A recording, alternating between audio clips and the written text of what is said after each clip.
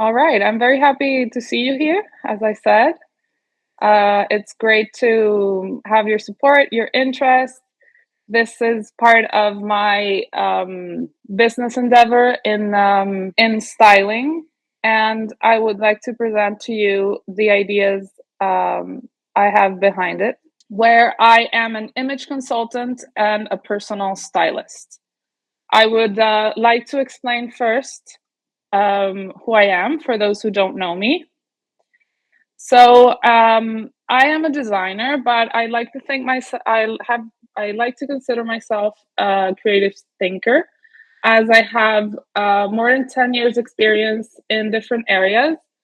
I started out as an architect. I graduated from architecture in 2014, so 10 years ago. And then I went on to being an interior designer. I also worked or studied as a philosopher. As I studied contemporary philosophy, and I am now a stylist. What I do now as a stylist is really a compendium of everything I have done over the years. I believe that all those stepping stones really got me to where I am now. And what has influenced that as well is my family baggage and my personal interest outside of architecture as simply a model of wanting to show people my expertise as a designer through my clothes. So I have worked in this during the last 3 years. I have dedicated my time to providing the service that uses a method that I will talk about and is a result of all this baggage. I've also been very lucky to travel around the world a lot. And more than just traveling, I have moved and lived in 10 cities across 3 continents. And along that way, I have been able to learn 5 languages. And I like to talk about this in the sense that I really like being able to approach the way people live. This has brought me essentially two things. For one, I have met a very wide variety of people, which I've learned to understand. And on the other hand, it has taught me that the power of minimalism is very important when you're moving around with so much baggage and things on you. And simplifying that is very powerful. It would be a webinar in itself. But something else that I have discovered through my travels is that people are very prejudiced by just looking at you. And that is something that I would like to talk about today. Here in the yellow bar, you can see where you can find me.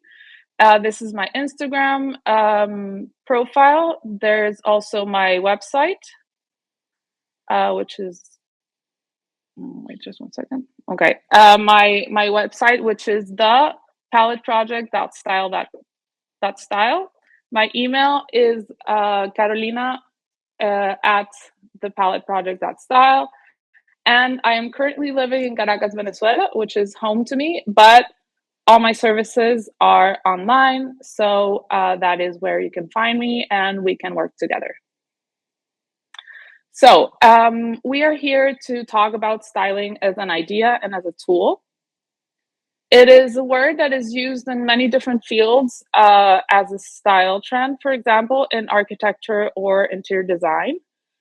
That is because style is something that groups a series of visual characteristics that work in harmony. Styling is also talked about when we talk about beauty, beauty services or styling in for magazines and other people regarding their makeup and their hair, the type of hairstyling that they need. But that is not the part that I want to talk about today because I am rather connected to clothes. So the work of stylists is to decide what clothes look best on a person. And first of all, it would be important to talk about and pinpoint what is actually a trend and what is style, because they are interconnected, but they are not exactly the same. So style is a specific way of dressing in a particular area. So in a particular area. Especially in the past, what was a trend ended up being used by everyone. This is why people in the beginning of the century, in the beginning of, say, the 17th century, dressed more or less the same. And people by the end of that same century had also similar ways of getting dressed. And this is what we see, for example, on movies, on series. Trends become a general rule and everything becomes homogeneous. And then we start calling it that something is in fashion, or what would be in French à la mode, or in Spanish à la moda, and that becomes like generalized. Nowadays, there's much more space to be oneself, and it becomes a choice what we want to wear, but there are still obviously modern characteristics to what we consider modern. So this is to indicate that a trend is like a wave, an inclination of things towards one direction, where somebody thinks of something and then that resonates with a certain number of people, a lot of people actually, and that thought or kind of thinking expands. If we think about it historical, as I was saying, we end up calling it a style. But the concept of style I want to talk about is more about the personal brand, and I will get to that. Because as Ralph Lauren said once, and I really like this quote, he said, "Style is very personal. It has nothing to do with fashion trends. Fashion trends are over quickly, and style is forever." I like this quote by Ralph Lauren very much because it explains what style is today. Behind a person who has style, there is a certain way of dressing that is timeless because it is their own. And this is where the personal brand comes in. If we follow a trend, sorry, because we like it, or because it looks good on us, because we identify with it in a certain way, then that's also valid. But the idea is to focus on what looks good on us at a personal level. So I would like to talk about the power of image. And I would like to give this as an example. This is a picture that was taken in 1984 by Steve McCurry. Even if we don't know the story behind this girl, a lot of us remember this image a long time ago already. And just the look of this girl into the camera, the way she's dressed, you can already start to identify the kind of suffering she was going through. And even though the girl wasn't even identified until years later, you know that this is an impactful image. We consume information mainly with our eyes, and images are the ones who are sending these messages constantly and even unconsciously. We see this in social media and branding. This is why I would like to also talk about the idea of a logo. The best logo states the brand's idea and is recognizable. And the companies who understand this actually pay a lot to create the best logo. This is something that the graphic designers do. And I'd like to talk about these two examples. One is very well known, and the other one is maybe lesser known, which is first Amazon, the huge online store we all know. And they have created a logo that is very recognizable, where there is simply a curved line with an arrow that also is recognizable as a smile. It goes a long way in saying that the service that they provide has a happy ending where people get their products and they enjoy them. And it also talks about movement, this action of door-to-door service, where they take care of that transport. And if you see the translation to the app logo, it's also very interesting because they don't even use the word Amazon there. And the color of the back of the logo is like the cardboard box.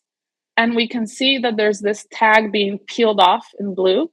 And so we immediately know what they're talking about, and it's only visual. In the case of Headspace, this is an app that is about meditation and mindfulness. And their logo is actually very, very basic. It is just a circle, a round circle, which is a geometric figure. And it is less stable than a triangle, but it also has this very peaceful kind of stability to it. And on top of that, they have used a warm color, which is orange. And even though it's calming, it's also active in a way. So you're actively working on your inner peace. And under that, you can see a screenshot of their website, and you can see that the visual identity is very similar to it. It's intimately related. And you know that we're talking about the same company, their values, and their way of seeing things, and the type of service that they're providing. So all of this, everything that the graphic designer does for a company or brand, is how the stylist picks clothes for a person. It's the same kind of idea, just for different targets.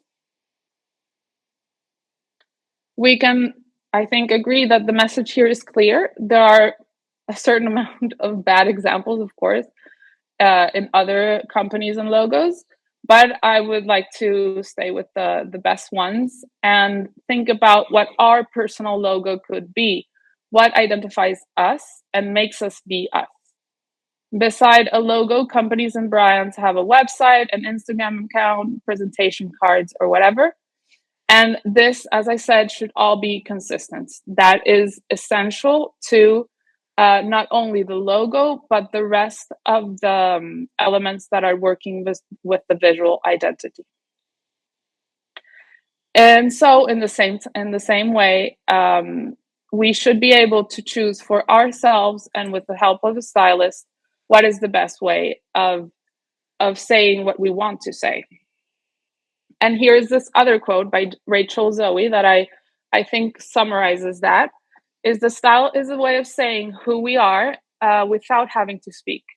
That is because before we can open our mouths to defend our ideas, our clothes start the conversation for us. This could stem from prejudice, as I was mentioning before, but it's also true that the first minute of a human contact is by the eyes. Before you start speaking, there's already a bunch of information that you're putting out there that is just about your appearance, and your appearance includes clothes.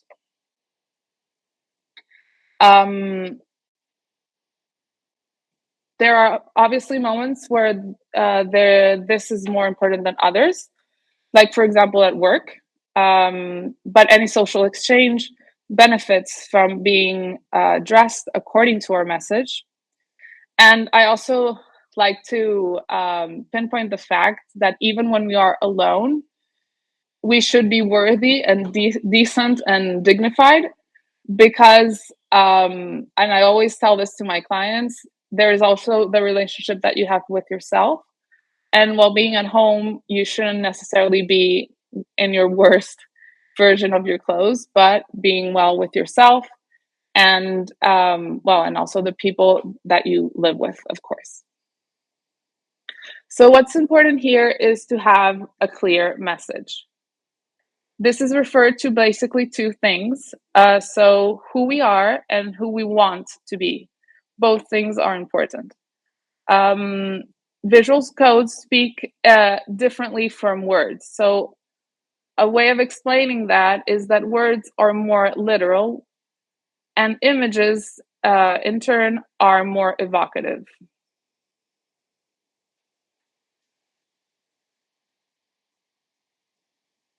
This is because there are a number of unconscious cultural and social references that are at the other side of visuals. For example, a very classic example is the suit and the tie for men at work. We already know that this reflects seriousness, power, knowledge, authority, etc. And even the women that have started using blazers, we know that we associate that with certain ideas of feminism and wanting to look for some sort of equality, respect to men. And so all of that is implicit. Another classic example regarding colors, which is the main focus of my method, is the color black. I almost exclusively use black, as people that know me are aware of. This is associated with mourning, for example. It's also associated with elegance. In the architecture world, it's also a typical color that we use. And so I get different sorts of reactions to using that color. Sometimes, yes, with elegance. And my architecture friends totally understand that I wear black. They also wear black a lot. But truthfully, there have been a number of like older women that come to me and ask me if I am mourning. And so, well, you can see all those reactions can be mixed and always associated to preconceived ideas. But coming back to the question of who I am and who I want to be, this can be a pretty existential question that I talk about with my clients. It's almost therapeutic. It's good to identify what I'm saying right now. An interesting way of evaluating that is to see if the inside and the outside are aligned. A question I often pose to my clients, or anyone really, is if when they receive clothes as a gift, they are satisfied with what they are receiving, and that if that in fact they would use in their closet. And a lot of people say they don't get gifts even from their mothers or their best friend that is really something that they would like to use. And that is already an interesting clue to evaluate if what is on the inside is aligned with the outside. So this is something to think about, and I will tell you a little bit later how we can pinpoint that the answer to these questions. So before that, I would like to talk to you about who has a stylist. We know celebrities have a stylist. It's kind of seen as a luxury, and there's a reason why basically all celebrities have stylists. In a way, a celebrity is a kind of company that is summarized in just one person, and so they have to look good to preserve a good image in the public eye. And the other reason is, and that actually overlaps with anybody else's reason, is that they don't have time to think about clothes when they have so many engagements. I would like to bring to you a couple of examples. This is concerning Zendaya. If you don't know her, she's an actress, young actress that has become very popular in the last years, and she's in a very good moment of her career. And she works very closely with her stylist, who is La Roche. They have a very interesting, beautiful history together, where they met each other at a young age, and they promised each other that they would keep working together, even if one of them was more famous than the other, but they wouldn't leave each other. They know each other very well. And so they have gone on to work as a stylist and stylee in around a lot of years now. These pictures that you're seeing now are from the promotional tour of June 2. This is a science fiction movie. You can already have that clue from the sorts of clothes that she's wearing. And it's also no surprise that this is in the dunes of a desert. There is a very specific aesthetic to the movie. And so they decided to bring this to the red carpet. And you see that there are certain visual elements that recall that science fiction scenario, where it's very obvious, for example, in the second image, where she's wearing a sort of robotic kind of piece. But then there are very unusual kind of cutting outs in the first image, and very other interesting elements like this ribbon that goes around her torso in the third image, and even the very classic black dress that she's wearing in the fourth image is also very futuristic. So all of these styling ideas were put into the style of the science fiction movie. If you saw the promo tour for Barbie, you can also see that Barbie was dressed as Barbie. That was also a choice, and it was, in my opinion, very well done.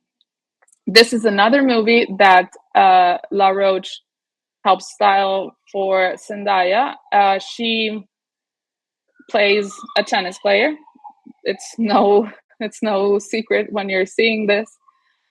Even though she's not literally wearing leggings and sports shoes, there are a series of little things that recall the movie and the elements of sports. She has a tennis ball that is wrapping the very this very fluorescent green in the first movie that is also the color of a tennis ball. Again, not literally, but still with very clean lines. The little almost Chanel kind of piece with the squares is also very on point with the idea of tennis and sports. And for the editorial shoot that you see in the second picture, they recall one of the Williams sisters, and it's all a bit of a game of getting into costumes, and also what they are calling now method dressing. But in my opinion, it's very well transmitted a message in visuals. So the question now is really how you can become your own stylist, not that just celebrities have stylists. In our daily lives, we can all benefit from this. Some people have the energy for it, some other people don't. Maybe they have the time or not. Maybe they have good ideas, but they need new things to like refresh the way that they dress.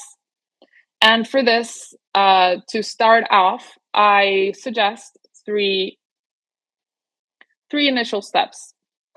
The first point, as I was telling you, is to pinpoint your identity, to know who you are and project what you want to be.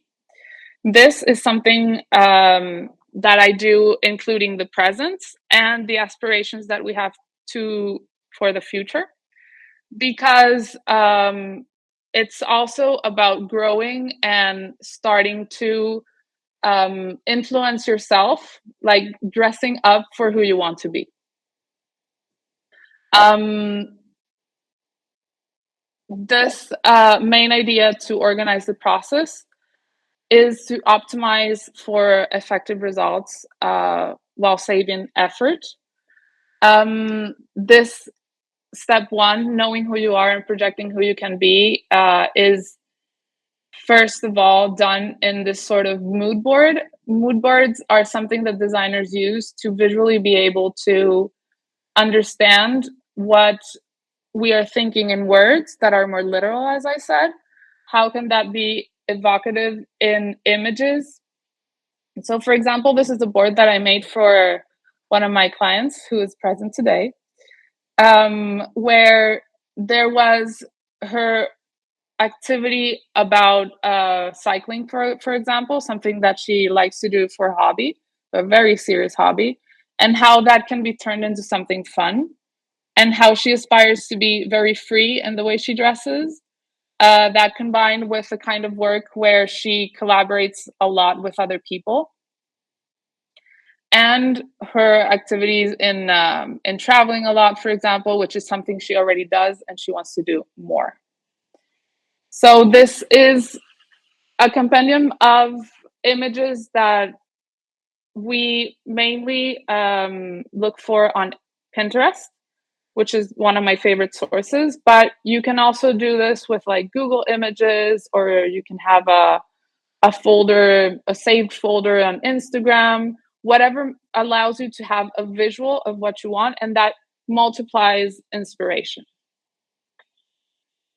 The second mood board that I do talks about how does your personality show through a specific style expression. So it is a translation of step one into clothes in step two. How does that look like when you're getting dressed, and how this person, so yourself, looks in these situations? Again, this is something that you can do by collecting images in any of these places I've mentioned. It is also interesting to tie that up, maybe starting by using some words. For example, here is easy creativity, practical but comfortable, easy sophistication, and all that has a way of showing in clothes. There are sort of main categories where people can fit in. Normally, it becomes a mix of those. So even if you identify with one of these or two of these main categories, what I do is that I then transform that into a mix, which is obviously personal because we're not all made the same. The words that you can start off with could be like informal, comfortable, timeless, free spirit, refined, sophisticated. An eclectic person would probably fall into the creative um, category, or an unconventional person as well. If you're feminine, a typical category would be romantic in the case of women. There's also the possibility of being gender neutral. A practical person would be into the comfortable category in men, but regarding women, I call it natural. And so if you can see back here, the second row is what natural looks like, specifically for this person. Easy sophistication looks like this for this person. And last but not least, something very important is organizing everything around a color palette. This for me has proven to be the most efficient part of the whole method. Organizing around a color palette, it makes that everything mixes and matches. So what I do is I propose 3 color palettes. Some people, regarding color analysis, which is a sort of theory that came about in the 80s and that is still pretty much present in the styling industry.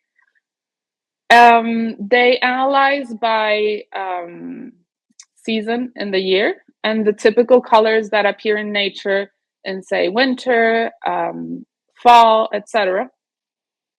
But that once you know in which of those seasons you belong, it also means that you have a very wide range of colors still.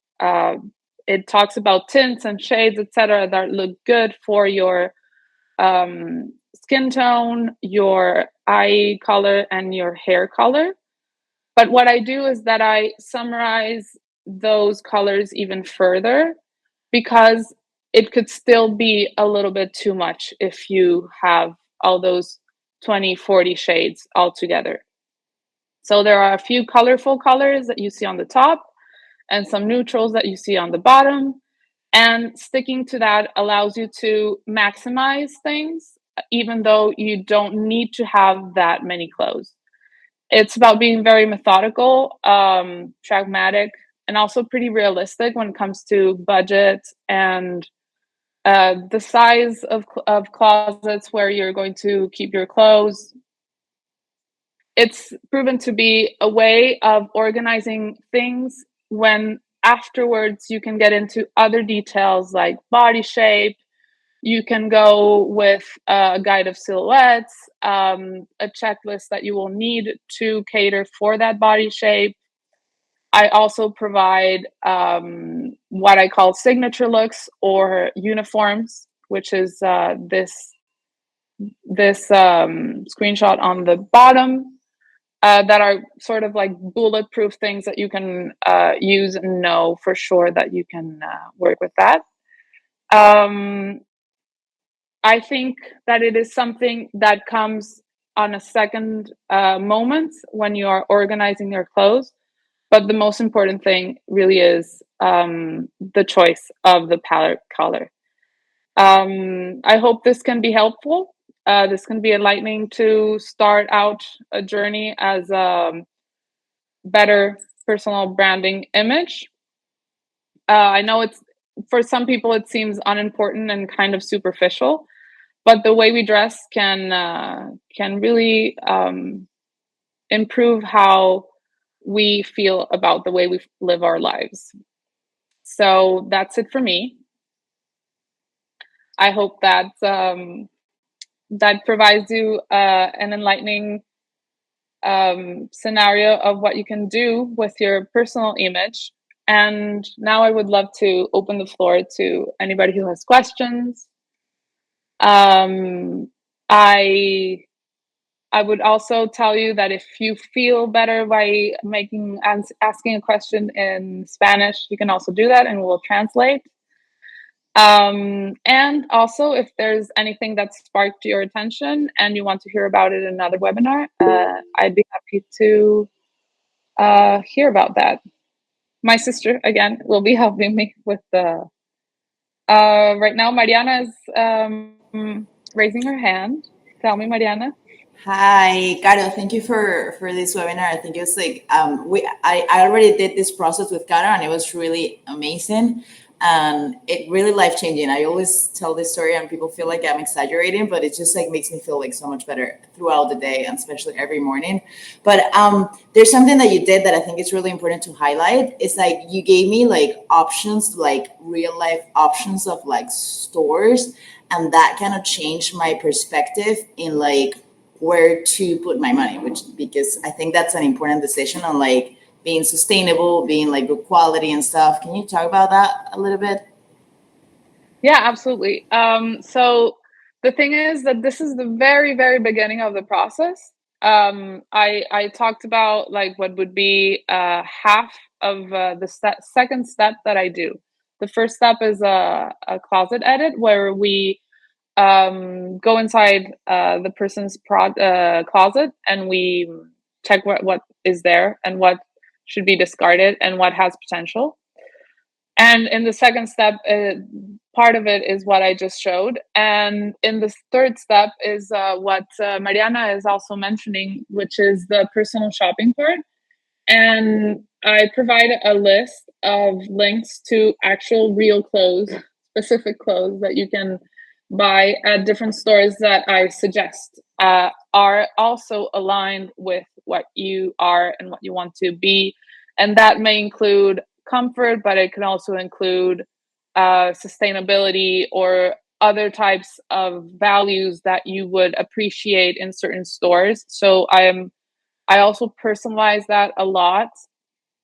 And that is a result of all the study of things and layers that have been analyzed throughout the palette project to actually get to the end result that Mariana is talking about for the conclusion and the happy ending to this process. It's the part that I enjoy a lot because you can see the actual results. Thank you for that, Mariana.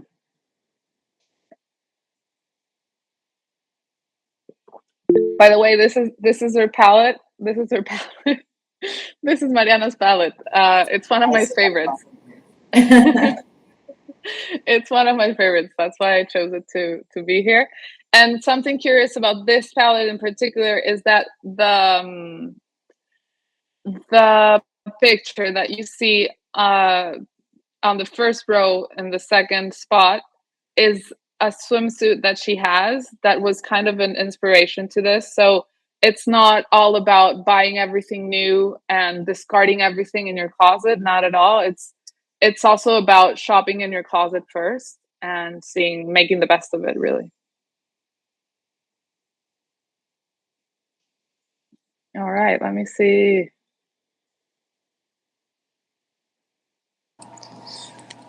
Hi, Caro. Can I add something Sure. there to the I'm Maria Cristina. I'm Caro's sister.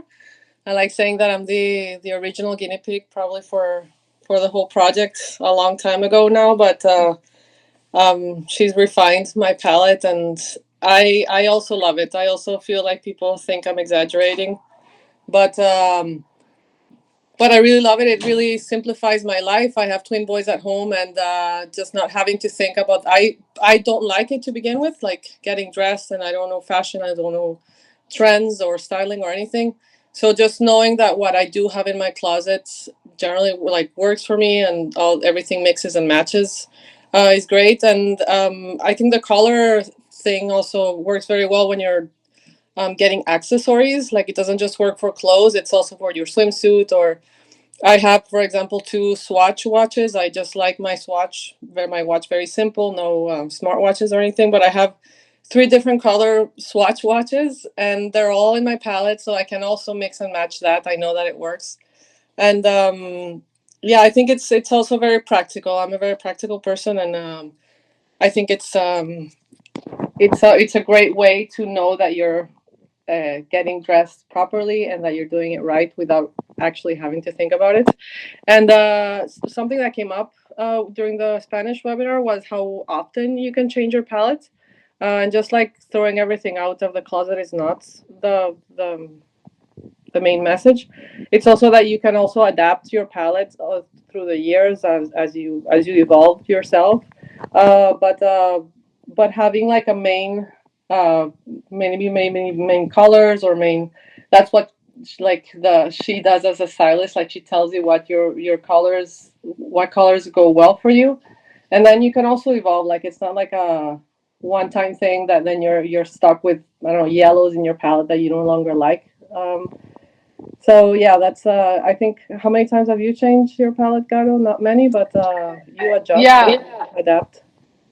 I'd like to expand on that because it's an interesting question that I get sometimes.